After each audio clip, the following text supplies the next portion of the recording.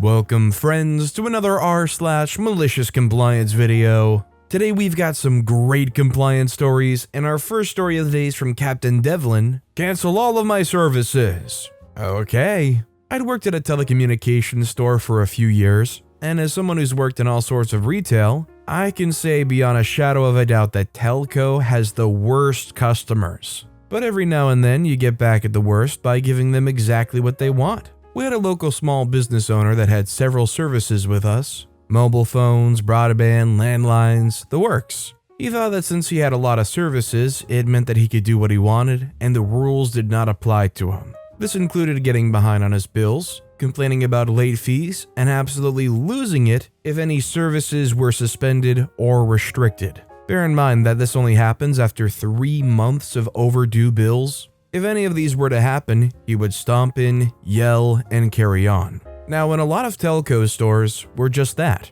stores. We can only do very little when it comes to accounts, especially business accounts. I know it's ridiculous, and if we had the capabilities to do even a few account things in store, it would have made so many people's lives easier. So we would process a payment and then call up the accounts department to reinstate the services or unrestrict them. 1 week in particular, he came in all smiles and shaking hands. He didn't even mind waiting in line for the people before him to be served. Normally, he would storm up to any consultant, even if they were with customers already being served. I had the luck of being the first one free to serve him. He goes on a long speech about how he's expanding his business and needs several new phones for new staff he's hiring. I congratulate him and go about the process of getting them activated. We hit a problem early on. Surprise, surprise, he has overdue bills, and the system cannot apply new services to an account that's overdue. This doesn't mean that a bill's been issued, it means it's past its due date. He is livid, saying he needs those services. I get on the phone with the accounts team, and they're willing to waive the default wait time of 3 business days after an account is settled before applying new services. He wasn't having a bar of it, and said he wants the services and will not be paying a cent today. I inform him that it simply cannot be done.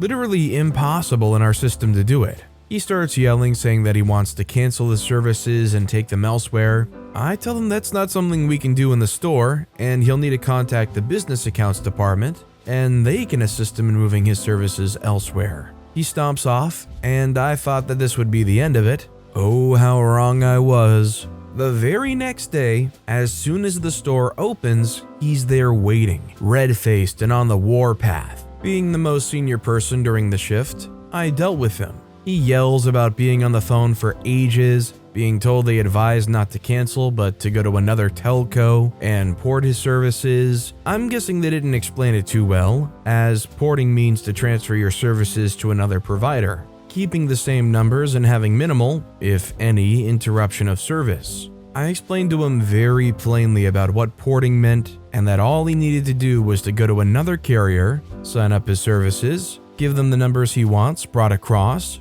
and once they do, we automatically cancel the services on our end once the other provider takes ownership. Simple, right? Wrong. He refused to leave the store until his services were canceled. Time for my malicious compliance. While it wasn't something we could do in the store, we had manual paperwork for lots of things in case of systems going down, compatibility issues, etc. So I go through our internal server to find manual paperwork for account and service cancellations and print it off, filling everything out on it ready to go.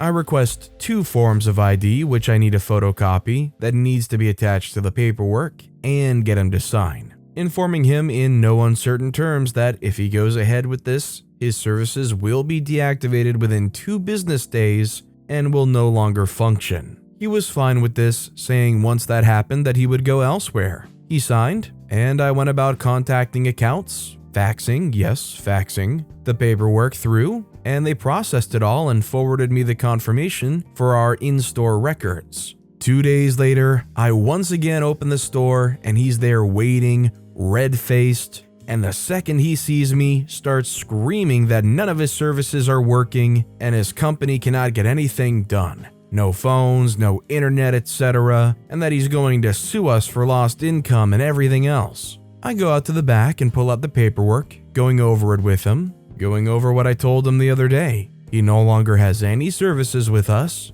They're now canceled, and he'll be unable to sign up any new services or potentially reactivate any services until his overdue account is paid. I take him to a computer and try to access his account, showing him it no longer exists on our end, and there's literally nothing I can do. He gets up angry but defeated and leaves, yelling that we've now lost a big customer. Hadn't we already? When you're dealing with somebody that's explosive and fiery and tries to be decisive about whatever they do you think it's better to try to get through to them as much as you can that what they're doing is a bad idea? Or do you think it's better for them long term to just make that mistake and hope maybe they learn from it? Like in this situation, is OP better off just letting them cancel and realize they made a huge mistake? Or is it better to just try to explain, hey, you want to transfer all of your stuff over or else you lose it? Let me know what you guys think in the comments down below. This next story is from Husky Actual. I did an online course to fly as a passenger in an F-18. So for background, I'm in the Army, won't disclose which, and I'm a tank gunner. Every year we have to do online courses for certain subjects such as CBRN, conduct after capture, weapons handling, etc. Sometimes they say on your spare time that you'll do online courses at home that don't count for crap, and most of the time the chain of command usually loses all of them and you end up reprinting or resending all of the certificates probably around 3 times. Well, one day my morale was so freaking low. I was recently denied a posting, so my wife could be closer to her doctors so she can get her open heart surgery. Was basically told, it's her fault you moved up here. Pissed off and not giving a freak, I try to think of ways to royally piss off my superiors and being untouchable by remedial actions. I browse a subreddit on my military filled with edgelords. I was looking to vent and just find ways to get them back, and then I see interesting courses to boost my career. I look at the comments and most of them have some good advice on certain courses to take. One, however, was a course that qualified you to fly as a passenger in my country's version of the F-18. Maniacal laugh incoming. I see the course on the website and immediately start going through all the slides and taking down notes on the subject material. I failed the test the first time around, but on the second, I freaking nailed that crap. I then do a whole bunch of BS padding courses, so they have to sort out what I just gave them. I get all my papers and hand it in directly to my immediate supervisor. I walk out laughing until I hear, hey, what's this one? And lo and behold, it's that course. I give this huge poop-eating grin and my sergeant looks at the course certificate and back to me and says, you know that course cost us $2,000? Still with my grin, I looked at him and said, I was told to do online courses in my spare time. I wasn't given specifics. He then tried the whole day to get me into crap with our commander, and they couldn't touch me since I followed an order. Now I'm known as the only tanker in my country with this course and qualification. I love the little bombshell OP drops at the end that they're a tanker specialist and they just earned a qualification for being a passenger in a jet. OP needs to desperately start looking for like submarine or some kind of aquatic course now. And although we kid now, there's going to be some point in the future where for some reason, they're going to be in desperate need of a tank gunner who is qualified to be a passenger in an F-18. Our next story is from White Rabbit Knight. Don't help any more clients. A pandemic story. I work in a distribution job, but we used to allow clients to come in and pick out what they want, walk around the warehouse and do their own shopping. It got in the way of colleagues trying to pick orders, but when do managers care? Key phrase is used to. When the pandemic happened, we changed things. Clients couldn't come in. Instead, they were to wait near the entrance and ring a bell for assistance. The idea was that whoever was available would go over, take their order, pick it, pack it, and send them on their way. The orders from the manager were that everyone was to help walk-in clients. Everyone. They did not. Almost all the time it was me or 1 or 2 others, usually me. My particular role in that place was to make sure that all orders were picked correctly, packed securely, and actually sent out. That last part wasn't my job, I just did it to help. If I don't do my part, the company makes no money. One very busy day, there's a queue at the door and it's busy for everyone. The manager decided quickly to get everyone picking orders, even telesales, reception, and himself. Who helps clients? Only me. I try to stay on top of my job, but with many people dumping orders for me to sort out and no one helping clients, it's hard. I ask manager for help, point out I'm alone on my job and client desk. I'll sort it, don't worry, I'll sort it. He does nothing. No help for little old me. So I choose to abandon my job completely to focus on the clients that are now lined up out the door. An hour passes. Things are a mess. Manager approaches me whilst I'm talking to a client. What the heck are you doing? Why is there so much still to be sent out? Excuse me, I say to the client. There's a line at the door. You said you would do something, but you haven't done anything. Somebody has to help the clients and I'm the only one willing. That's what the heck I'm doing. He goes quiet for a minute, seeing the line of clients for the first time. This line of clients is not hidden away where they can't be noticed. The line's blocking things up outside. Don't help any more clients. I'll do that. Just do your job. My job? Just my job? Happy to. The thing about everything I do, it's mostly extras to help out. I don't need to make sure the orders get sent. It's not my job. Simply no one else will do it though. So I start checking orders, packing them, making sure the stock goes through the system as being sold.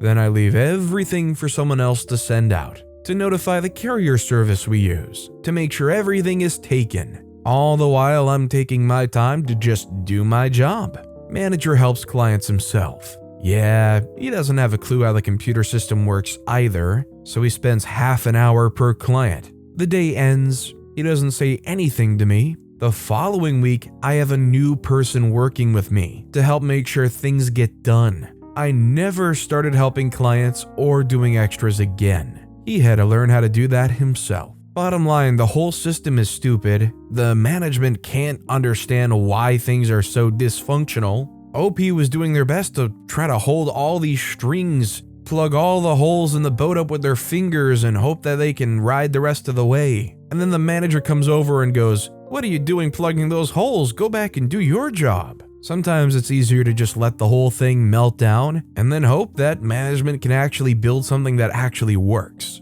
And our final story of the day is from Vegas Mac Guy. Copywriter will have a hard time finding a job with that resume. Many years ago, I worked at Kinko's, now FedEx office. I often worked graveyard shifts and had to deal with lots of people early in the morning who hadn't had their coffee yet. For some context, overnight was the time when long machine runs were printed and tedious finishing work was done. Being the only one working until 6 a.m. when the morning crew started to trickle in, I was often in the middle of something when the customer came in, and it would take me a second to get to the counter to help them. One morning around 5 a.m., I'm in the back doing some binding work. I hear the door alarm and had just put a perfect binding in the heater. This takes about 15 to 20 seconds to melt the glue and bind the pages. I yell from the back, "I'll be right out."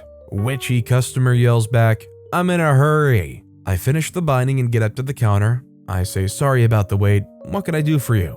They say, "Can I see your resume paper selection?" Our resume papers were literally sitting 6 inches away from her on the counter in a little bound book that had resume paper printed in big bold letters. I slide the book over in front of her and open it up.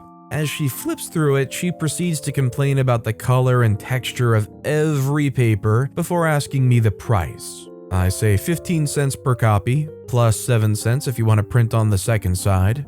They say, "That's expensive. Don't you have any better paper for that price?" I say, "Sorry, that's our full selection of resume papers. The only other options are plain white copy paper, Astro Brights, neon colored, or cardstock.